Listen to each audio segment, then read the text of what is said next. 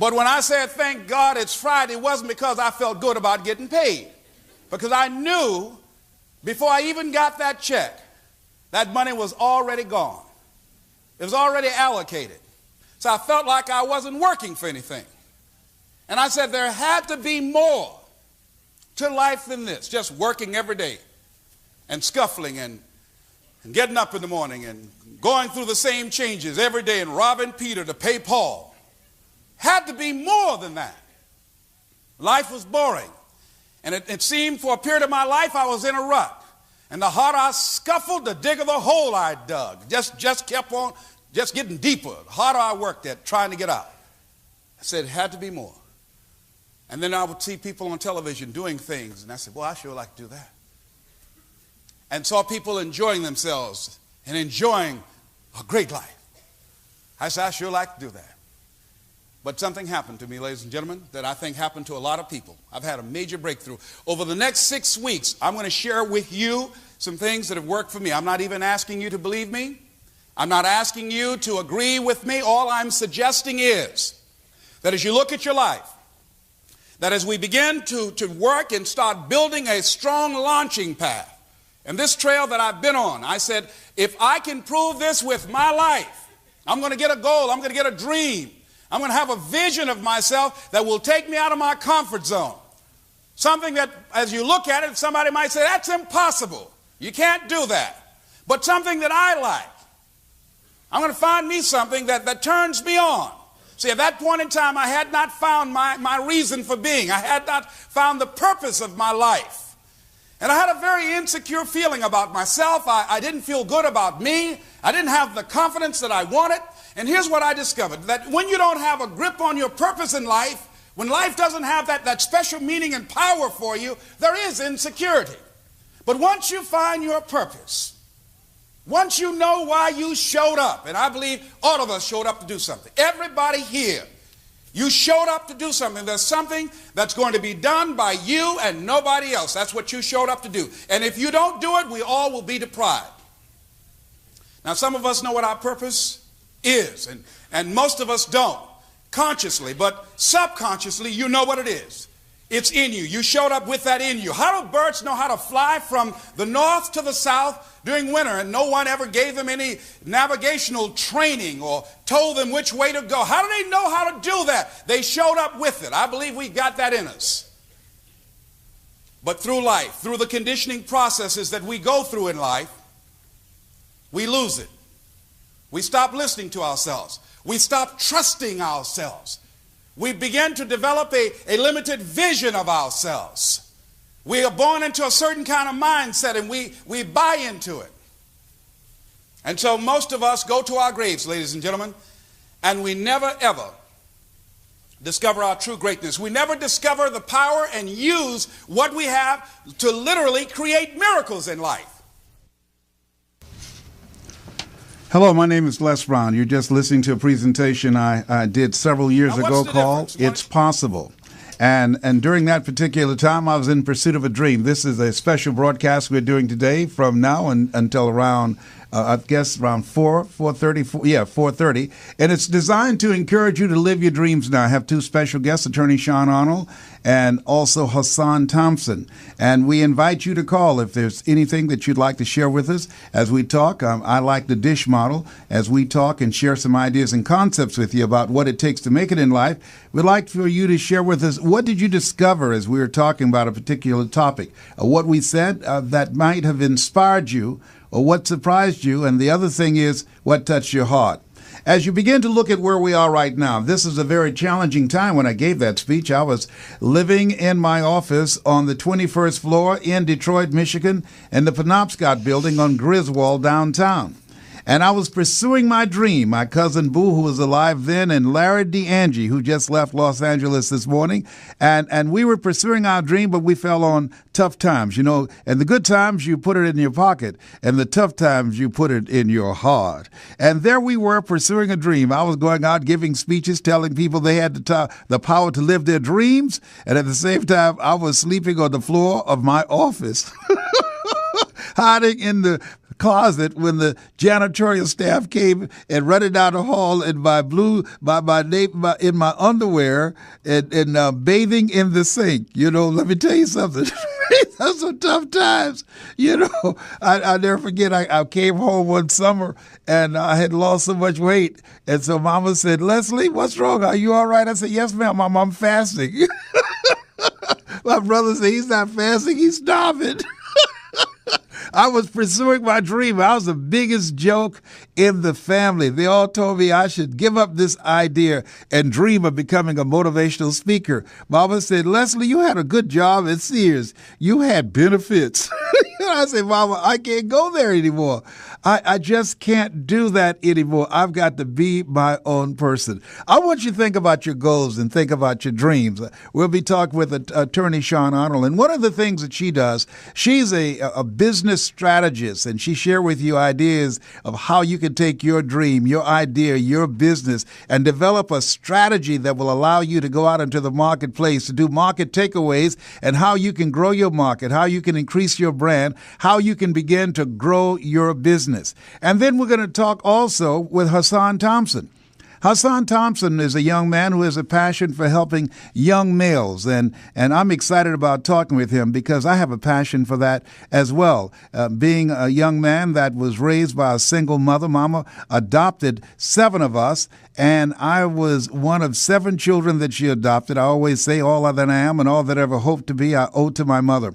And one of the passions that I have is working with young men who have problems, because I was a problem kid. I was labeled educable, mentally retarded, and put back from the 5th grade to the 4th grade. I failed again when I was in the 8th grade. I have no college training. But I met a high school teacher, and I'll tell you more about him, Mr. Leroy Washington, who taught me the value of developing your mind and the value of developing your communication skills. He said, once you open your mouth, you tell the world who you are. And so I want you to think about your goals. I want you to think about some dream, some major dream that you have. And we're going to share with you some strategies that you can implement that will allow you to reach at least 87% of your goals. In addition to that, while we're here, we want to engage you to call. You might have some questions on your mind and say, well, Les, I'm dealing with a particular challenge, and what do you advise me to do? The number to call is 303-965-1600. That's 323-965-1600. We invite you to call and ask questions. So I want you to think about your goal and your dream and what it is you want to achieve with your life. And here's something I can tell you right now. I want you to affirm to yourself that it's possible. See, if anybody at any point in time had a goal and had a dream that they wanted to achieve, and they did that, then it's possible that you can achieve your goal. It's possible that you can make your dream become real. See, the easiest thing that I did this morning, getting up, preparing to come into the radio station, that's the easy part. Or when I leave here and I go to Orlando next week to do a training with people from around the world, teaching them how to develop a keynote presentation that will give them the versatility and the flexibility to build a financial empire, and teach them how I've earned over $65 million doing what I love to do. That's the easy part. But let me tell you what the hard part is. See, the hard part, and it took me years to do, was to believe that I could do it. To believe that I, Les Brown, born in an abandoned building on a floor in a poor section of Miami, Florida called Liberty City. To believe I, Les Brown, adopted. If both my birth parents came in here right now, I would not know either one. To believe that I, Les Brown, labeled educable, mentally retarded, and failing twice in school, and no corporate experience, that I have the ability to speak for AT&T, Procter & Gamble, McDonald's Corporation, General Electric, IBM. I did not believe that I had the ability to do that. And I want you to know right now, there's some things that you can do, and just because you can't see it does not mean that you can't accomplish it. Eye has not seen, ear has not heard, nor has entered the heart of mankind what God has in store for you. So it's very important as you begin to look at your dream and look at yourself that you say to yourself, it's possible. Why do we have to do that every day, Les? Because of the fact that we live in a world where we're told more about our limitations rather than our potential. That's why I believe that my favorite book says faith comes by hearing and hearing and hearing. So you have to say it's possible. Sometimes you can't say, I can do that, but we can say that it's possible and not hypothesize ourselves up that it's possible and be in integrity with ourselves. And the other thing is become clear about what you want. What is it and what does that look like? And don't get some little goal. Get a big goal. Have a big dream. Why is that important? Because most people fail in life not because they aim too high and miss. Most people fail in life because they did exactly what I did for the first part of my life. I aimed too low and hit. And most people never aim at all. So I want you to get a big dream. Because when you have a big dream, that will challenge you. See, your power is beyond your comfort zone. I don't know you. I can't see you. I don't know anything about you. But here's what I know about myself, and that connects with you. And that is that you have something special. You have greatness within you. You have the ability to do more than you can ever begin to imagine. Your power is beyond your comfort zone. Because in order to do something you've never done, you've got to become someone you've never been. And you've got to say to yourself every day that it's possible. Life is going to put some knots on your head. And you've got to say, it's possible. Life is going to knock you down. I got a saying, if life knocks you down, try and land on your back, because if you can look up, you can get up. And you've got to say to yourself again and again and again and again, it's possible. See, 85% of people allow their fear of failure to outweigh their desire to succeed. And they start suffering from possibility blindness. And so here's something I want you to know. You're going to fail your way to success. Absolutely. You're going to make a lot of mistakes. Things are going to happen that you can't even begin to anticipate. Your life is going to catch you on the blind side. Why? That's just the way it is. It's not personal. Don't go around telling everybody. 80% don't care and 20% glad it's you. It's called life. That's why my favorite book says, think it not strange that you face the fiery furnaces of this world. You will, not you might, you will have tribulations. And so it's necessary for you to know that you're going to fail your way to success. You got to make failure your friend. I remember I used to be a state legislator in Columbus, Ohio, from the 29th House District. And I remember being on the floor of the House of Representatives, and Vern Rife was the Speaker of the House, and the gentleman from Toledo raised his hand to introduce some legislation that I was opposed to. His name was Art Wilkowski, an attorney from Toledo, very brilliant and very intimidating and very strong vocal and oratorical skills. And when he raised his hand to introduce this legislation, I couldn't wait until he finished, because he had embarrassed me around a piece of legislation that I'd introduced and killed the legislation on the floor. And I raised my hand. I said, Mr. Speaker, I'd like to challenge the gentleman from Toledo. And so we started debating back and forth, and I was about to get the edge, I thought. And then Wilkowski started shooting questions at me, and all of a sudden my mind just freezed up. You know, I had a yes, I can attitude, but a no, I can't aptitude.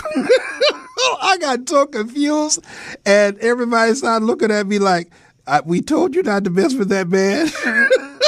I went limping back to my office, and everybody came back to the office and said, Brown, why did you take on Wilkowski? Nobody debates him. I said, I don't care. I lost today because of what I didn't know. When I win because of what I know. It only means I've got to go back to the drawing board, and I've got to prepare myself better next time. And then there came another opportunity that I had a chance to debate him. And once again, he just mopped the floor up with me. That was all right. I went to the committee meetings and I started watching him. And then I got his positions and I studied his position and as well as mine. I knew both of them. Then I raised my hand again. And this time we went back and forth. And then he asked for something that I never thought I'd see Art Wilkowski to do, because he had great pride and great ego. Mr. Speaker, can I talk to the gentleman for 10 minutes on the side? And I said, no, Mr. Speaker, let's solve this now. And C.J. McLean, he pulled my coat.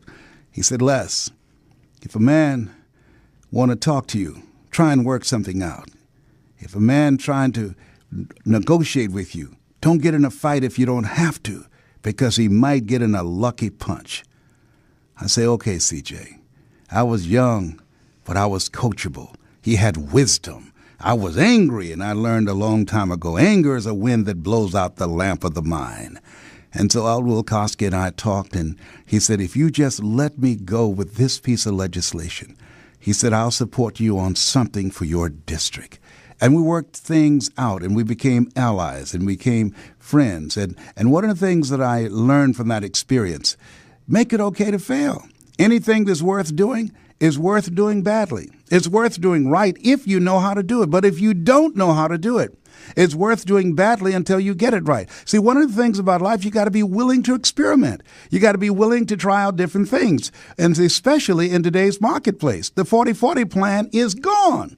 Because, see, things used to be different years ago. In a domestic economy, you could expect to go to college and graduate and get a job and work 40 hours a week for 40 years.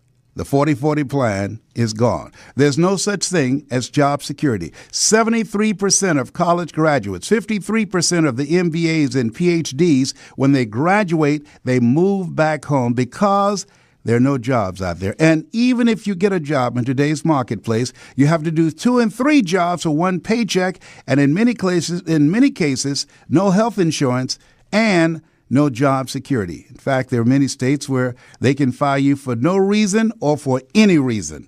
And so in that kind of environment, it's very important for you to believe in yourself. It's very important for you to develop an exit plan using your talents, using your abilities, using your knowledge, using your skills, using your gifts in order to carve out a place for yourself. And every day you have to sell yourself on, it's possible that I can make it. It's possible, especially during the tough times, no matter how bad it is or how bad it gets, I'm going to make it. That's what I was saying to myself when I was hiding in the closet from the janitorial staff in the Penobscot building, the Penobscot building in Detroit, Michigan, on the 21st floor. I had to convince myself while I was going out motivating people they could have their dream.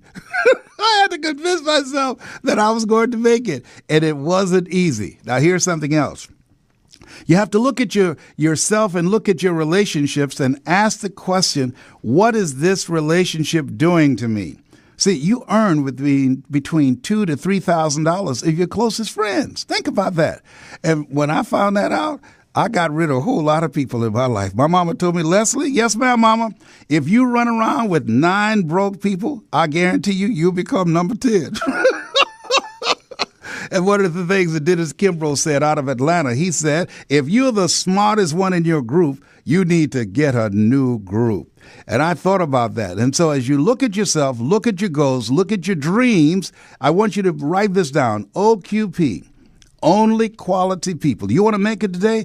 You want to have only quality people in your life. There are 3 steps that's very important to making it today. One thing is you've got to transform your mindset. The next thing is you've got to expand your skill set. There's no shortage of opportunity. There's a shortage of capacity to take advantage of the opportunities that are available. And the third thing is you must create collaborative, achievement-driven relationships. That's important today. You don't want to be around any flaky people. You want people who bring something to the table. And you have to bring something to the table as well. You have something special. You have greatness within you. But if you are 10 and you are hanging around with 4s and 5s, you are no longer a 10. They will bring you down to where they are. And so as you look at yourself, look at your relationships, it's very important, if this year is going to be greater than last year, that you upgrade your relationships. You surround yourself with people that you can learn from, mentally and financially and spiritually, people that can help you grow, people that can introduce you to a part of yourself that you don't know right now. And this is the age of what Ralph Waldo Emerson called the age of self-reliance. This is a time, ladies and gentlemen, this is the entrepreneur's era. This is the time that you want to have a coach. Why, Les? Because you can't see the picture when you're in the frame.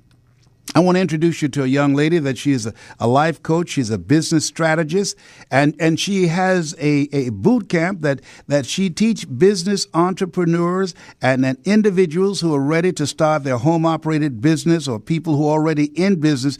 She's teaching people strategies on how to make it in this new era, the late Peter Drucker called the era of the 3 C's, accelerated change, overwhelming complexity, and tremendous competition. Her name is Attorney Shawn Arnold. Hello, Shawn. How are you? Hello. How are you? I'm doing better than good as soon as your microphone is up. All right. Yeah. How are you, Sensei? Hello today. I'm doing better than good, better than most, and sometimes even better than that. All right. Now that's what I'm talking about.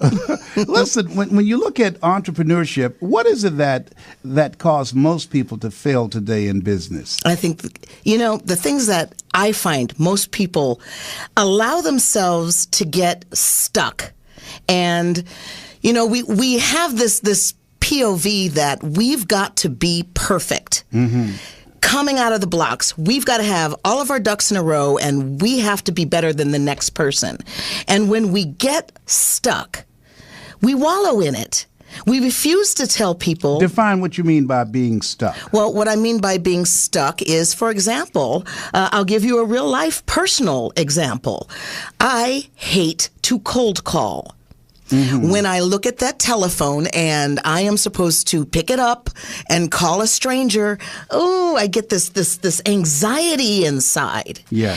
And so that could very easily tank my business overnight. Okay, now what is it that you think about when you get stuck? What is it that causes that fear and that nervousness to come up for you?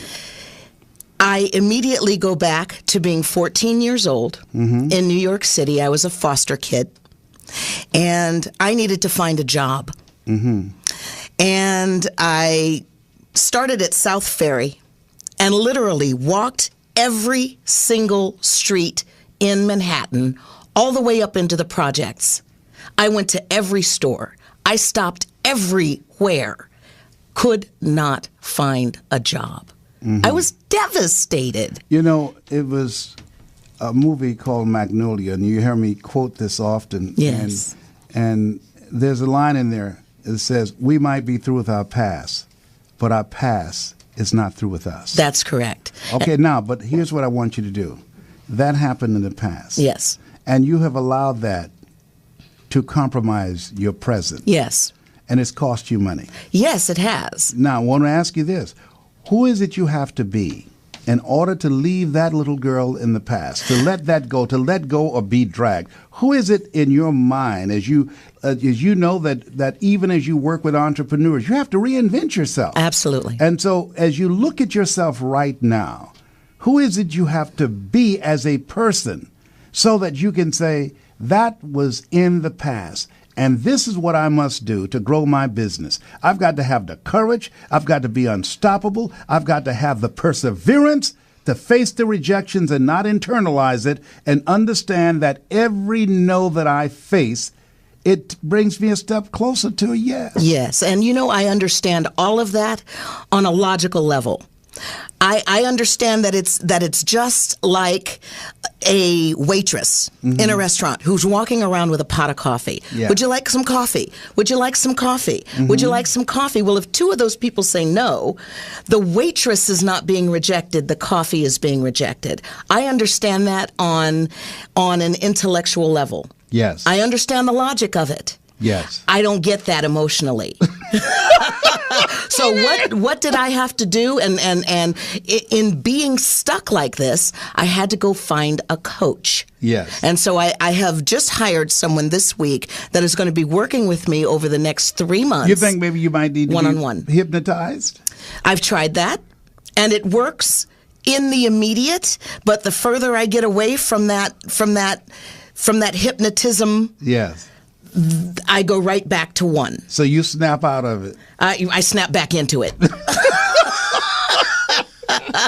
So, what would you do if I'm your client? Yes. And I need to get on the phone to do cold calls. I would slap you around, but I can't slap me around. Because I have a callus on my ear. Absolutely. From making phone calls. Yes. Because I had to call corporations to sell myself. Yes. And they would ask me, have you ever done this training for anybody? I said, no, but I am so excited about providing it for you that you're going to just spread the word of how good I am.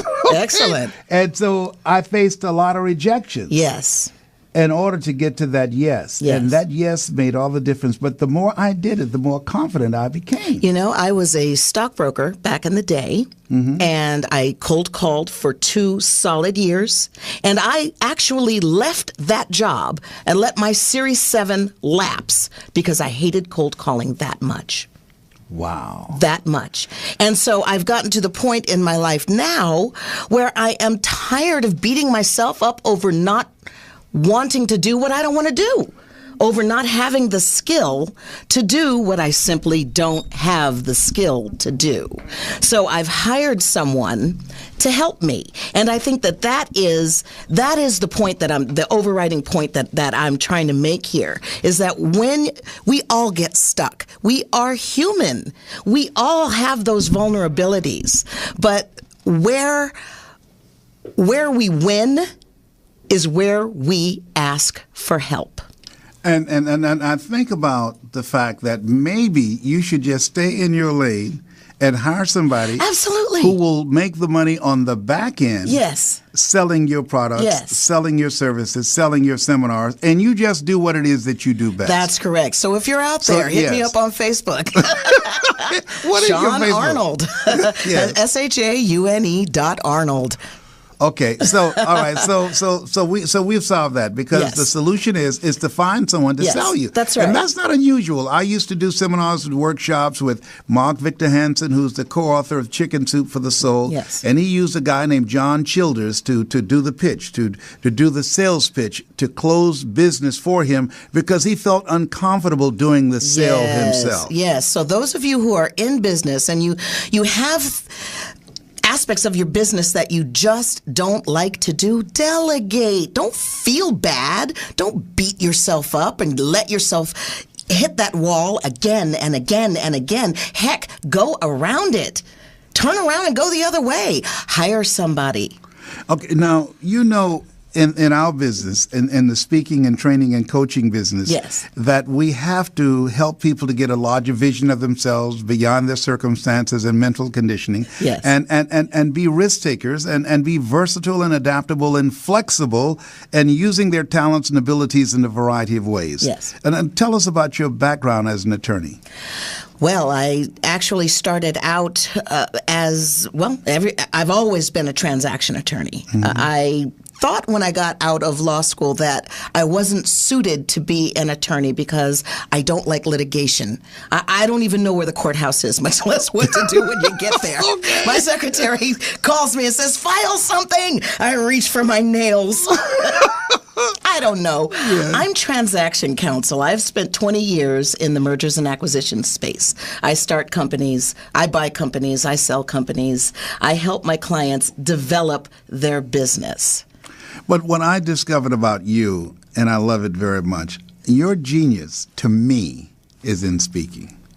Because that, to me, is your strength. And I believe that everybody listening, that they have some things that they love to do. Yes. And there are some things that they could be very good at that they don't even know. I resisted becoming a speaker for years, for 14 years, because I didn't believe that I had anything to say. I've always had a tremendous inferiority complex because I don't have a college education. And I used to ask my mentor, Mike Williams, "Mike, who would hire me to speak? What would I have to say? I've never worked you, Wesley. You hire me? Thank you." I just said, what is it that I have to say that I can hold an audience's attention? Yes. And I've never worked for a major corporation. I don't know the culture. I don't know anybody that's ever done that before. And he said, "Les, all of us are born the same way, dumb, naked, and speechless. You can learn." And he was right.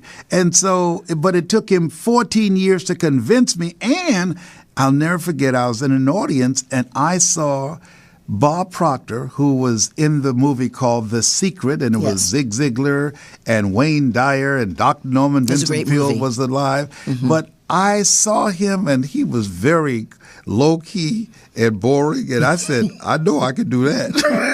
Okay. And I said this on his stage. I told him. And I decided to become involved. I ran outside and I called Mike Williams because I heard Bob give a quote that just jarred me. He said, "I know I'm not high energy and have a lot of passion." He said, "But the reason that I'm standing up here and you're seated out there is because I represent the thoughts I have rejected. No, I represent the thoughts you have rejected for yourself." Indeed. And when he said that, I stood up. I said, "Oh my God, I had rejected myself for years. But you People had another complimented me. You Yes. had another incident. Someone who told you had gold in your mouth. Yes, that's right. That's right. Yes, my youngest son's mother. We had an argument I was trying to get her to join a multi-level marketing organization, and she said no.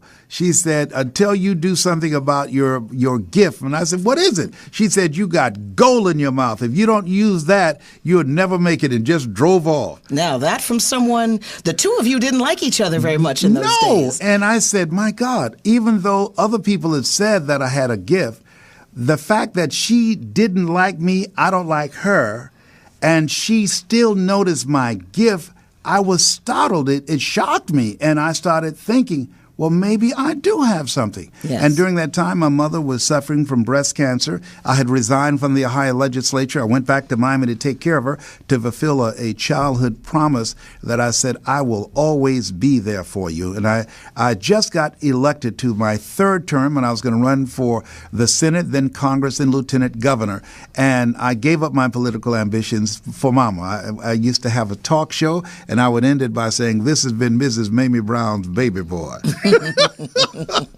So let me ask you, when you look at entrepreneurship today, how important is it that people, number one, give themselves an exit plan if they're working on a job, and number two, to have some kind of business on the side to make some little money? I have a saying that it's better to have money not needed than to need it and not have it. Absolutely. I think it's absolutely critical, especially in an economy like the one that we're all laboring under right now. It is the entrepreneur that is going to make the difference in this economy. It is the entrepreneur that is going to catapult the entire country into recovery.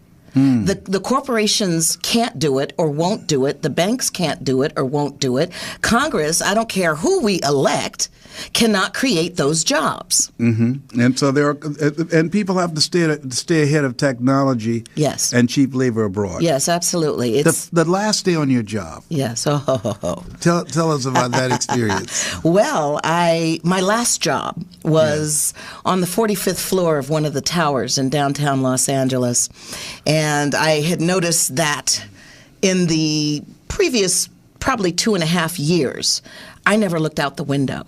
I was up on the 45th floor, floor-to-ceiling windows, overlooking the ocean, all of Los Angeles at my feet, and I never looked out the window. Why? Just too busy. Nose down, elbows out. The view was for the clients. It wasn't for me. And I was creating my full-on MBA-level business course, which is my business boot camp, and my business plan course. And just as I completed crafting those courses, the managing partner called me in his office, and the banks had crashed some 18 months prior, and I had a very robust desk, but I watched it slowly trickle down to literally nothing. So that when the managing partner called me in his office that day, now bless his heart, he had tears in his eyes. Okay. And then nonetheless, he kicked your girl to the curb. What did he say? He said that they thanked me very much for all of my hard work and all of my loyalty, and they had to, because of the economy, let me go. And how long had you been working there? 6 years. And just sometimes working around the clock? Oh, yes, absolutely. There were a couple of times when my secretary came in and passed my office and stopped and leaned back and said, wait a minute, is that the same suit you were in yesterday? Yes, yes, it's the same suit. And that day when he came in and told you that, what did you experience emotionally? I was devastated. I did not realize how much of my job I internalized. I didn't realize that I was identifying myself so closely with what I did for a living. And so when I left the job, I thought, okay, I'm fine.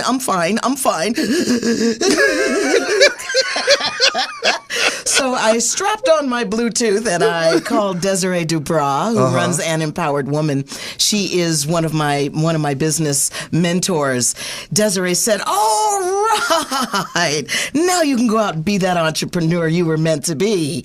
Yeah, sensitivity training starts for Desiree on Monday. That having been said, yes. The second person I called was Les Brown. Yes. For the same reason, because I knew you wouldn't let me tank. Yes.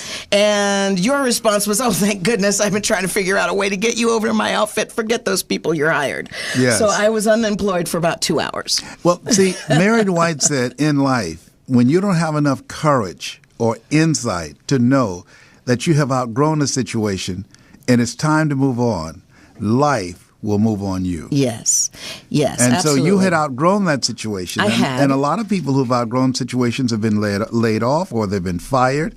And I say, no, you haven't been fired or laid off. You've been released so you can live your purpose. Liberated. You know, they say the two most important moments in your life is the day that you're born and the day that you realize why you were born. Yes. And so what did that do for you? Well, it really helped me because going back to where we started at the beginning of this interview, I asked for help. I called Desiree and I called Les Brown. And I wound up, it could have been a really devastating situation. It was not, because I reached out and I asked for help. So I think that is something that we can all really take to heart. That when we get in those situations, when we are facing foreclosure, when we are facing the loss of a job, when our children are out of control, when our spouse is out of control, when our life is out of control, reach out and use those resources that are around us. Don't be afraid and curl into yourself where you don't have the resource. I believe ask for help, not because you're weak, but because you want to remain strong. Yes, indeed. And ask for help and don't stop until you get it. There you have it. And a lot of people won't do that because of pride. Pride cometh before a fall, because of ego. Ego means edging God out. But let's go back to what you're sharing with people as a speaker. Yes.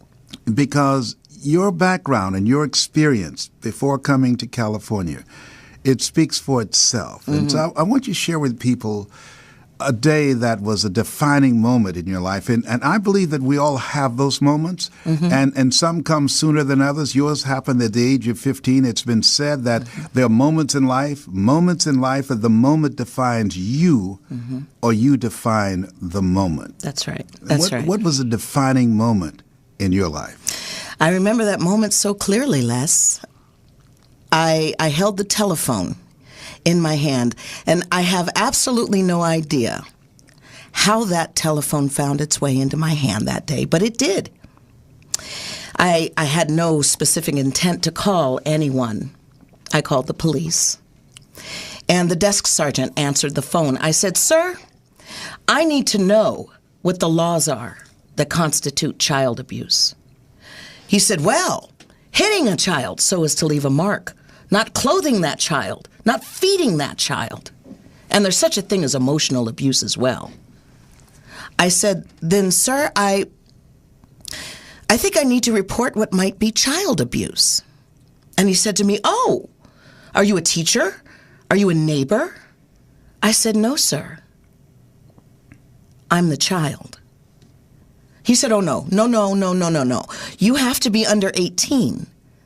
I said, "I'm 14. He said, "You're 14? I was a rather cerebral child. I said, "Yes, sir. Yes, sir, I'm 14. And he asked me a few questions, and I described the incident of the night before and my injuries, which included a black eye and a busted lip and a swollen purple wrist, which was later determined to have a hairline fracture. And as I finished describing these things, I heard the bell ring in the distance, summoning me back to school after the lunch break. The policeman asked me for my phone number. I said, "Sir, I can't give that to you. I just heard the bell ring and I have to go back to school. I have to go now. I can't be late."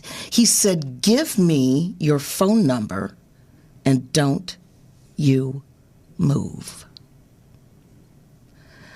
I complied with his order and I hung up the phone.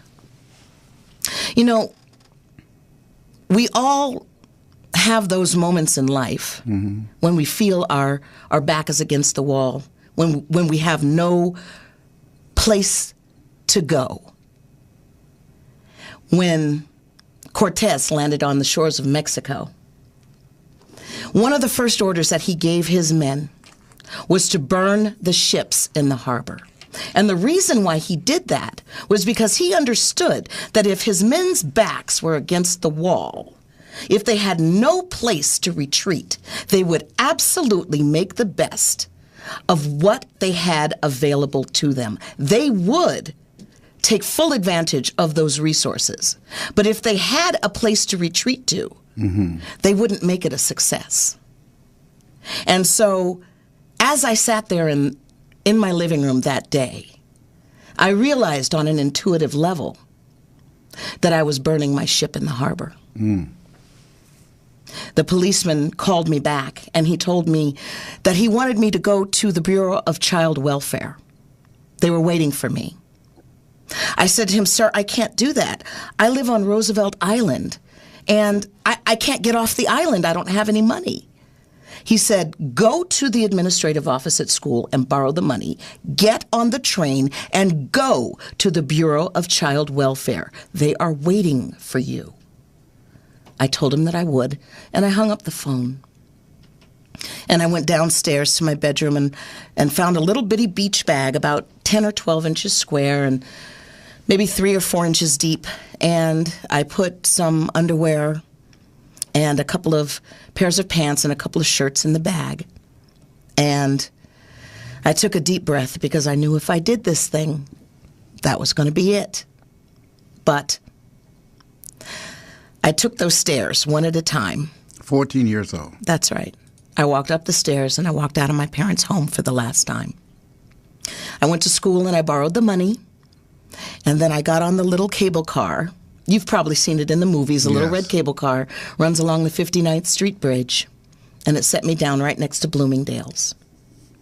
And I got on the train for the first time in my life by myself. And I made my way to the Bureau of Child Welfare. A social worker met me there, and she put me in the hospital in Bellevue. Now, I hear your wheels turning. It was the children's ward, not the psych ward. Okay. Just for clarity. And she called my parents, and she said, "We have your daughter here, and she's made charges against you." And my parents said, "Keep her. We don't want her." Wow. So this whole thing sort of took on a life of its own, and it literally rolled like a snowball down a hill. And 90 days later, I found myself sitting in a courtroom, basically suing my parents for divorce. And as I sat in the witness box, I gazed at my sister, who was seated behind my parents, who were at the defense table. And my sister was wearing a brand new pair of eyeglasses. Now, my sister had always had perfect vision. She didn't wear eyeglasses, to my knowledge. And in fact, when I walked in the courthouse that day, I walked up to my mother and I said, "Hi, is Kim coming? Where is she?" She was sitting right next to my mother. My sister and I shared a bedroom our entire lives. And in 3 months, I didn't recognize my own sister. I realized by looking at those glasses, more than anything else that happened that day, told me that we had indeed reached that point of no return, that all of the ships had burned in the harbor. And from that moment, I had to take care of me. And right about that time, I noticed that my attorney and the judge were talking. And they were talking back and forth and back and forth. And they were talking about me. And then I realized they were trying to decide what to do with me. And then I heard the word Pleasantville. You see, I knew all about Pleasantville from the kids in the home. It was a warehouse for children in upstate New York, and I felt in my spirit that if I went to Pleasantville, that all of my hopes and all of my dreams for my future would just dissipate like smoke. That really, really frightened me, and in that panicked state, this voice that I didn't know I had rose up in me, and this ability to advocate and negotiate that I had no idea I had in me rose up in me, and I turned to the judge and I just started talking. I said, "Please, sir, I don't want to go to Pleasantville. I want to stay in New York City. I want to go to a competitive school because I want to go to college one day." And the judge turned and looked at me, and he leaned back in his chair, and I was reminded of De Niro. "Are you talking to me? Are you talking to me? I'm the judge." But I think ultimately he was amused by me.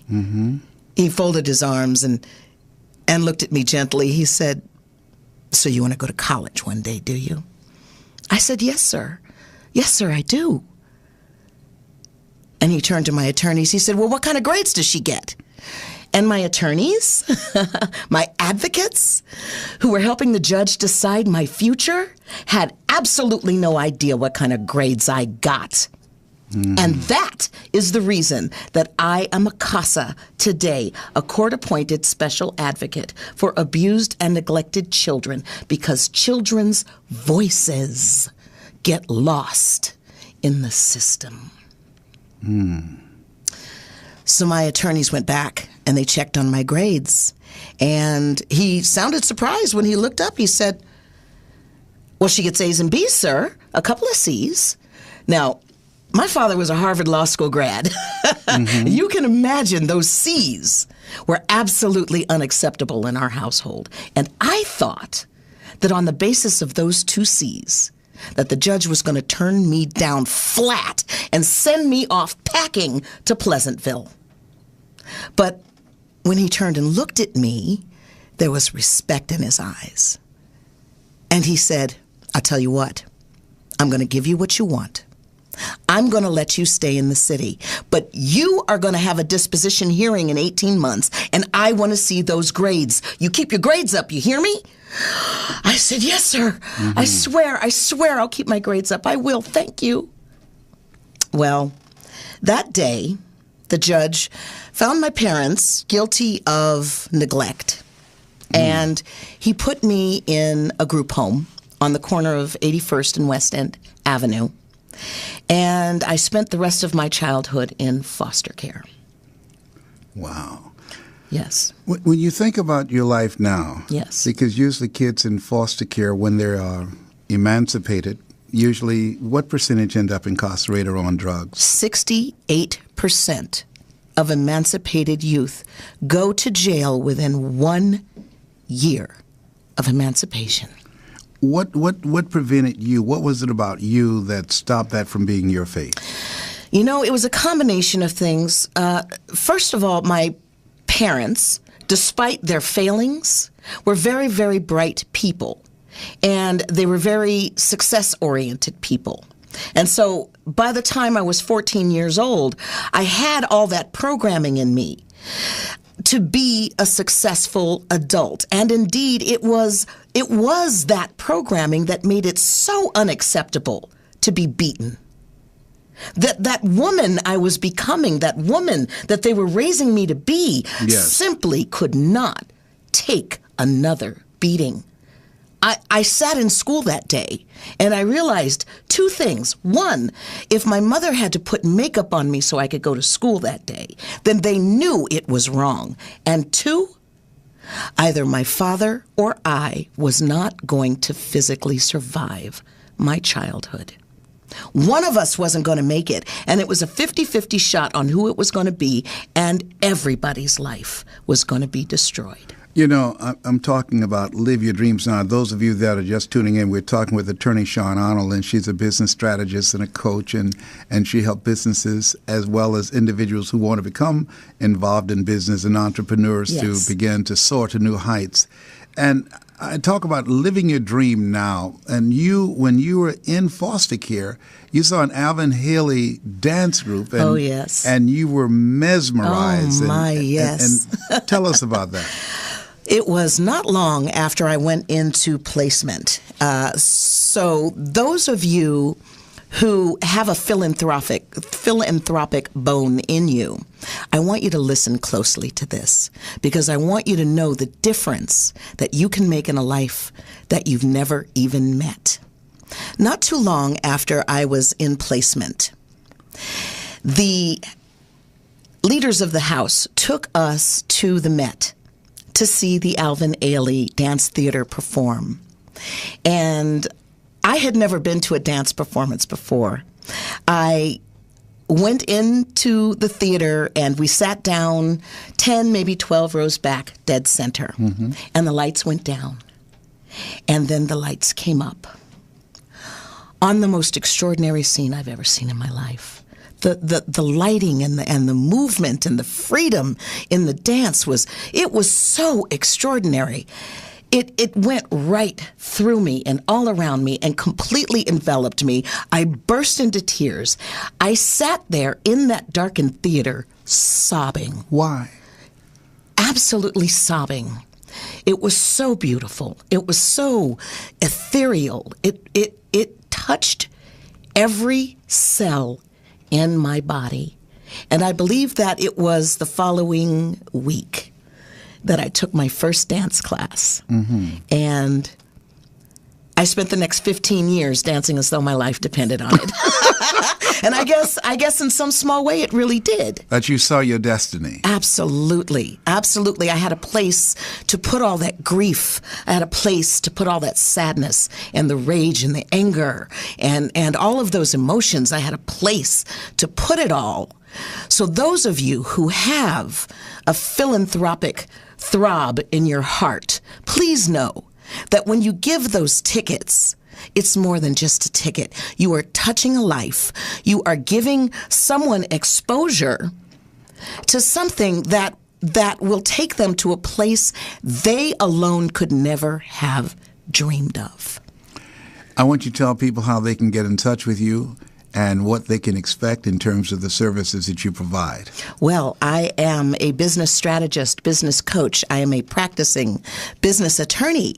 You can reach me on Facebook, Shaune.Arnold, SHAUNE.Arnold. You can hit me up on Twitter and LinkedIn, same exact moniker, Shaune.Arnold. You can send me a email to Shaune@businessbootcamponline.com. And if you need to speak to me in person, please call me 213-718-3468. Repeat that again, please. 213-718-3468. Sean Arnold, a powerful attorney, a wonderful friend, and an incredible speaker as well. And what are the topics that you speak on? Well, I speak on a number of business topics, the art of negotiation. I speak about contracts and any number of business topics. I also talk to foster kids and at-risk youths to give them the sight of someone who looks like they do and has an Esquire behind her name, who sounds like they do, who's been where they are and has an Esquire behind her name. I did it. You can too. All right. I want to thank you. Well, listen, you. I appreciate you for who you are and manifesting your greatness. We're going to be back. We're going to be talking with Hassan Thompson. We're going to be talking about the opportunities we have to help redirect the lives of our young people. We're going to take a break and listen more to It's Possible. Now, what's the difference? I want to tell you about two men that I know. Two men that one I knew because he's gone now. Lost their jobs. Two of them laid off, worked the same place. One started going out looking for a job. Other one also went out looking for a job. Something came into play for both of them that happens to us every day. It's called eyesight and mindsight. Eyesight is what you see in your life. As I tell you, look into the future. What is it you want? What is it you'd like to create for you?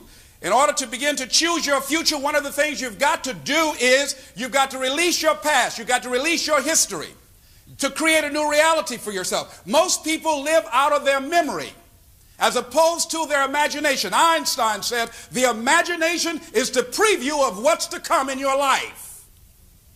So most people don't use their imaginations. Most people don't dream anymore. Why? Because through the conditioning process of life, after so many rejections, see, you know what you can do. You know what you have done, and you also have seen what has been done by others in your environment and by others in your circumstances. Then you look at where you want to go, and what most people do, they do that which they feel they know that can work because they've already done it or they've seen it done. And so they allow their negative history to determine the possibilities for them. And so when they run into a roadblock, even if they have something beyond their comfort zone, when they run into a roadblock, something happens to them. Guy just finished writing about this in the book. He did extensive study, and he talked about your self-explanatory style. This is what happened to these two men. Both of them worked for the same company. They were laid off. They went out looking for jobs. They faced rejection after rejection after rejection. No, we don't have any work. No, we don't have any work. No, we don't have any work. One stopped going after around 25 turndowns. And he felt personally rejected. He internalized it. He stayed home. He became angry. He became bitter. He became cynical. He started looking at television every day. Then started having a beer and then another beer.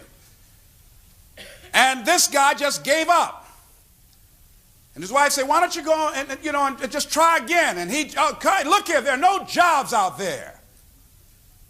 And then it became argumentative and toxic. This other guy kept on working at trying to find a job, kept on looking, and was willing to do anything, odds and ends.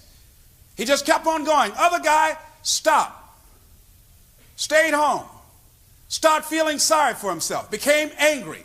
Start telling anybody who would listen about his employer and how wrong they were. And start talking about how much money he lost, and that's all he knew how to do. And he became more and more depressed, more and more withdrawn, angrier and angrier and angrier. Then he started talking to other negative people just like himself, drowning himself in self-pity and sorrow and other toxic, do-nothing, hopeless people like himself. And pretty soon, one day he got up, after several months, about 2 or 3 months, and drove his wife to work. Said, look, I'd like to use the car today. She said, why? She was kind of happy, thought he was going to start going out looking for a job again. He said, yes, I am.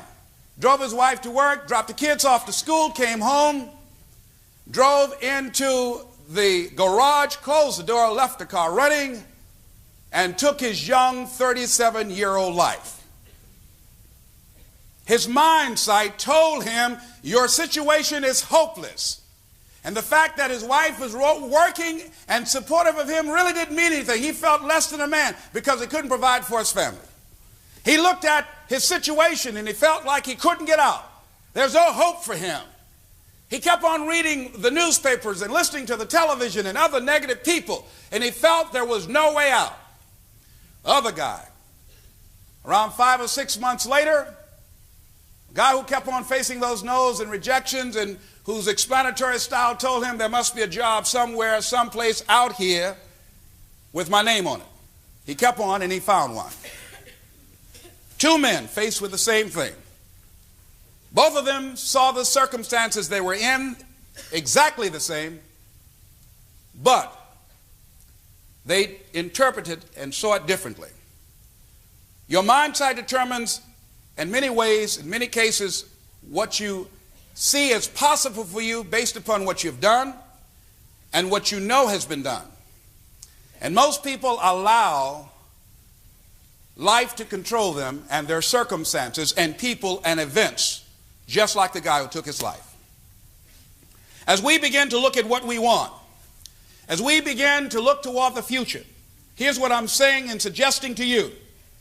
That in order to begin to take charge of your life and to reshape your future, what's going to be crucial for you is to look toward the future, and every time you find yourself saying that you can't do something, putting yourself down, being negative about you and the possibilities for you, you've got to literally catch yourself.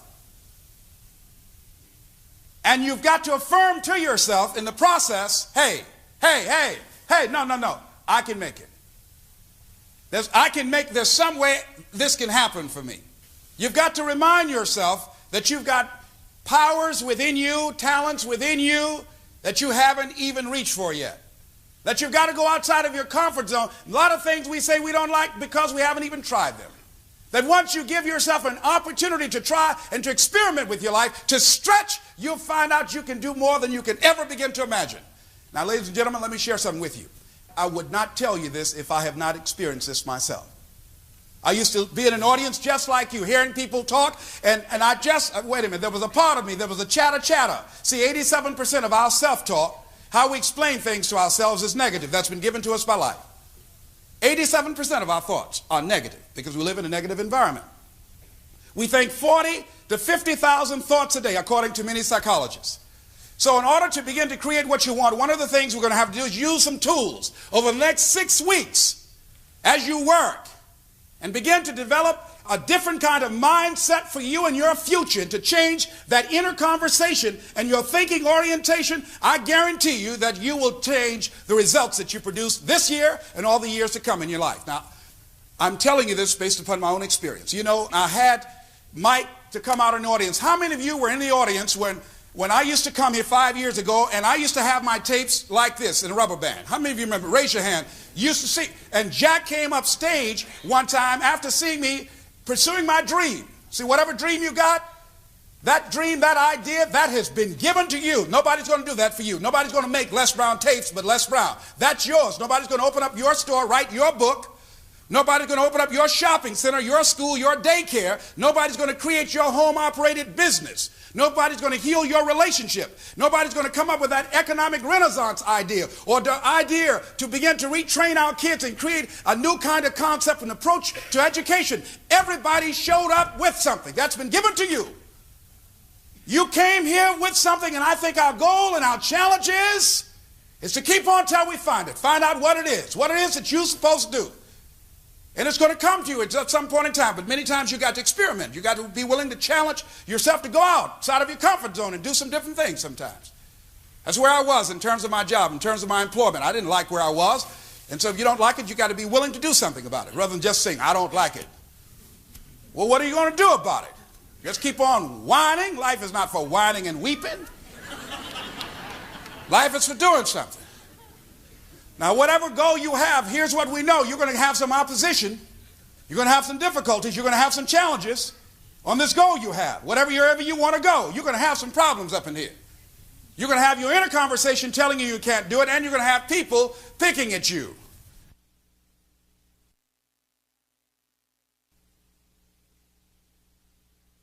I was on in Chicago. A lady called 2 o'clock in the morning.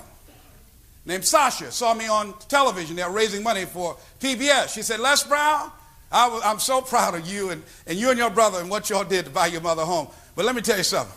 I saw y'all at the beginning of that program. You know, it's most certainly nice that she raised y'all. She had to be a good woman to raise children that weren't hers. But not only did she just raise y'all some ugly children. Y'all had some funny little bald heads on television. Could y'all take those pictures off? If I were you, I wouldn't let nobody see those pictures.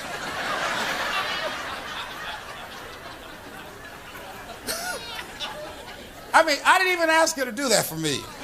2 o'clock in the morning, she called me and told me that. Boy, y'all some homely kids. What a good, you know, God bless that I raised 2 ugly children. What people something else? All right, they're just something else. I want you to know, whatever dream you have, you're going to have some people telling you that. My brother, he said to me, it's been so good.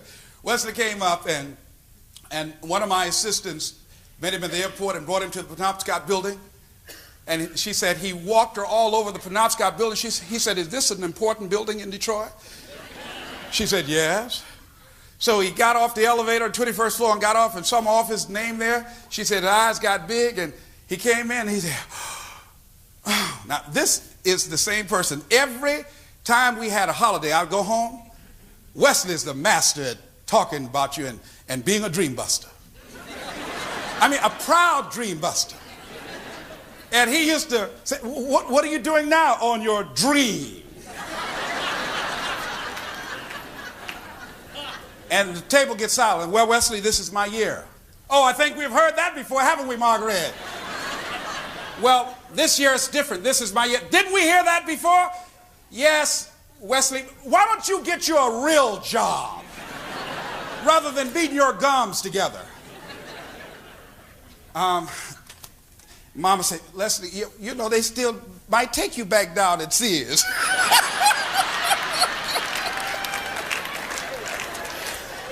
By this time, I'm turning red, but couldn't nobody see it. Room turning purple now. Smoke coming out my ears and my nose. Now I'm snorting now. Mama make him leave me alone now. Yeah, Mr. Motivator. Look how much weight he lost, Mama. Talking about he fasting. So Wesley said, Les, I'm proud of you, my brother. You have really done it. And I really love you even more when you send me some money. Wesley's so honest. He's an honest person. Boy, he's honest. Wesley used to talk about these little tapes right here. Jack saw me with my dream. Whatever dream you have, you know, Joseph Campbell talks about the long night of the soul. You're going to have moments of feeling deceived and isolated and persecuted and condemned and powerless. Long journey, long dark night of the soul. But when you hold on to your dream, don't let anybody kill it in you. Just hold on to that dream. When it doesn't make sense to anybody, including you sometimes, just hold on. Eventually help comes. In the middle of the night, help will come and say, here, let me bring you assistance. Help will come. Jack came up and said, Les Brown, we're going to give you packaging for your tape so you won't take them around like this anymore. Going to do a different thing for you. Now, I was just going with my dream. I just came with what I had. See, a lot of people say, I'm going to go after my dream when I get all my ducks in a row, when I get everything together, get all my bills paid, children graduate. I'm going after my dream then. Just, you know, just soon as things get together, I'm going. No. You ain't going to never get all those ducks lined up. You got to go now. You got to go right now. Go with whatever you got. What do you mean? I don't have my shoes on. Just go ahead on them. Just go. Just go. Go with whatever you got. Because the clock is ticking. Time's gone. Time's gone. Wesley look older than me because that boy hasn't found out about Clairol yet. But time gone. I'm proud of him. Look like my daddy with all that gray hair. Time's gone. You know, when I hear my voice, and during that time, I was still sleeping in my office giving motivational messages to thousands of people. I'd like to invite you to call us if you'd like to ask me any questions. The number is 323-965-1600. This is a special program we just do it today. We're here yesterday and wanted to come back today just impressed with the studios and the kind of work that they're doing here. The number to call is 323-965-1600. 323-965-1600. You know, at this point in time, we're going to talk to Hassan Thompson, and we're going to talk about a subject that's very important to me and close to my heart, and that's young people, and particularly young males. And this is a passion for Hassan. Hassan, hello. How are you? I'm doing very good, Les. How are you? I'm doing better than good, better than most, and sometimes even better than that. All right. I like that. Yes. And so we want to thank you for joining us. Tell us the work that you're doing with young people. I do a variety of projects for young people, anything from, in fact, I'm glad you bring this up because on tomorrow I'm going down to Barack Obama's Global Preparatory Academy to meet with the principal there. They've got a new initiative that they're trying to launch in order to help move that marker forward in terms of closing the achievement gap. And these are for elementary students. But I've also done a variety of services for I'm high glad school you students mentioned and that college because they're students. saying the new tracking for determining what number of prisons they're going to build because of the failure rate of African American males in third grade. And one of the things I believe, if they can track failure, they can also track success. I believe you're absolutely right. But the sad part about that tracking is that it works, and that it's actually a reliable predictor. And so it's a real indicator of the problems that we're facing in education, but not only that, the problems that people are facing in their homes, problems that people are facing in their finances. I mean, it's a real indication, but it's true. When a young child, especially African American males, get to the 4th and 5th grade, if they haven't had a meaningful educational experience, then the chances that they will make it to the 12th grade on time are drastically reduced. And most of them drop out. Absolutely. And when you drop out, it's a life of poverty or a life going in and out of prison or an early grave. What's even more impactful, though, is we know that there are dropout rates of 50% or more right here in California. But what a lot of people don't know is that they track those statistics from the 9th grade to the 12th grade. Mm-hmm. And my question is, what about all of those students that fall out of the system somewhere between kindergarten and the 9th grade? And there's a very large population of students there that aren't even tracked, that are dropping out of school even before they get into high school. I know that you believe that all kids are reachable, teachable, and redeemable. So what is the program that you provide for parents to do an intervention, particularly if they feel that their child is in trouble of dropping out? One of the things that I pride myself on is customizing my work. And so I have a system that I have in place, but it is only a cookie cutter. What really makes my system work is that I customize this basic framework for each student. For each family and for each context. But it basically revolves around these 3 A's. I would love to see every student be a AAA scholar: academics, arts, and athletics. And I believe if we balance these 3 in the right way, students will have the opportunity to succeed. Unfortunately, because we don't have a strong foundation in the academics, those that have the power have decided to sacrifice the arts and to sacrifice the athletics to hyper-focus on the academics, which is critical, but it's a system that's not working. And so then it starts to fall apart like a loose thread. How do you get into the mind of a kid who won't talk, who won't communicate? They'll talk with their friends, they're texting all the time, they're doing their emails, they have friends they're talking with on the telephone, they always have their cell phone parked in their ear, but they're not communicating with their parents. What do you do when a kid just won't talk to you? Well, one of the things that I do is maybe different than what the average parent does because I am part of the gamified generation. I was a child who grew up with Nintendo. I used to blow in the cartridge to make Mario work. And so I'm very comfortable with games, with being online, with using the internet. And when you talk about young people these days, they were born into a technical world. And so that's just where they are. And so I am comfortable meeting students where they are. And I want to encourage any parents out there to be able to do the same. It may be a learning curve. Learn to play the games? Yes. In fact, I highly recommend that parents learn to play games. I think it teaches strategy, and these days being online, it can give a parent an opportunity to experience what the young person experiences. For example, if a young person or a parent gets on a game like something popular, for example, Farmville, they are creating networks easily. And these days, it's your network that I believe has a determination on your net worth. And so being able to play games builds networks. It oftentimes puts you on some world-changing mission. You know, they have these games where you have to save the world. And so it inspires young people, even though it's in a virtual reality. And that's where I think parents can really benefit. Because if they learn how to play games and learn how to use the technology to leverage young people's motivation, then they will be able to help those young people move that experience out of the game world and into the real world. And sometimes I think that's where our young people are missing. We spend all our time in the technology, but we're lacking in the area of person-to-person communication. We're lacking in the area of getting along with one another on a very basic level. And I believe that we can bridge that gap.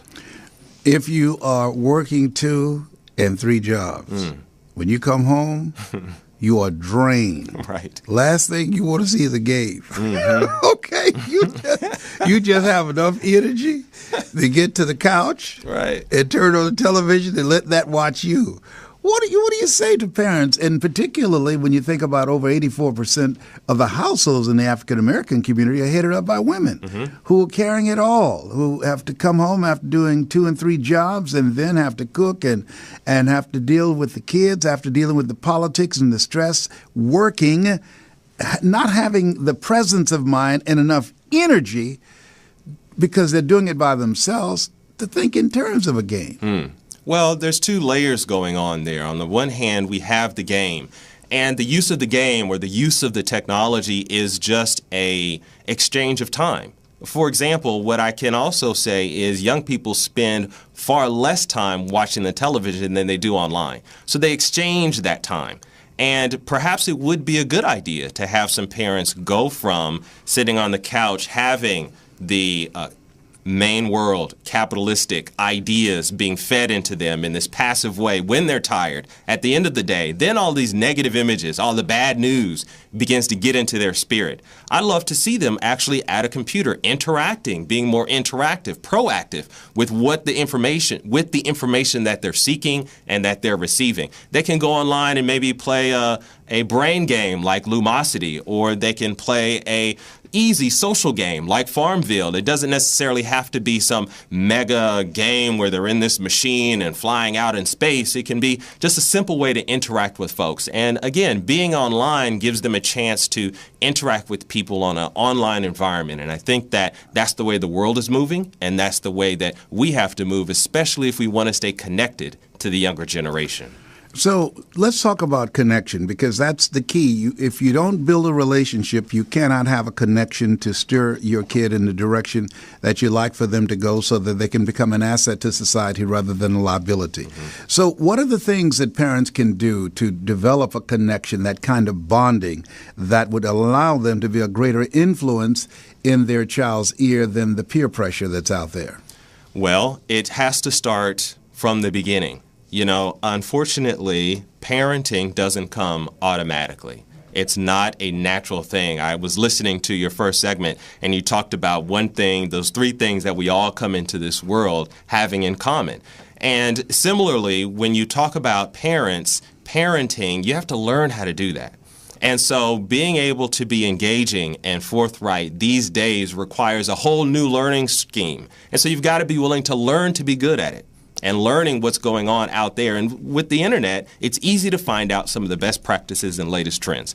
So being able to know where your child is, I think, is an important piece. But then also it's about listening. You know, sometimes we as parents, and I'm not a parent, but I work with parents a lot, and I feel like I'm a parent because I have so many kids across the country that I've helped and influenced.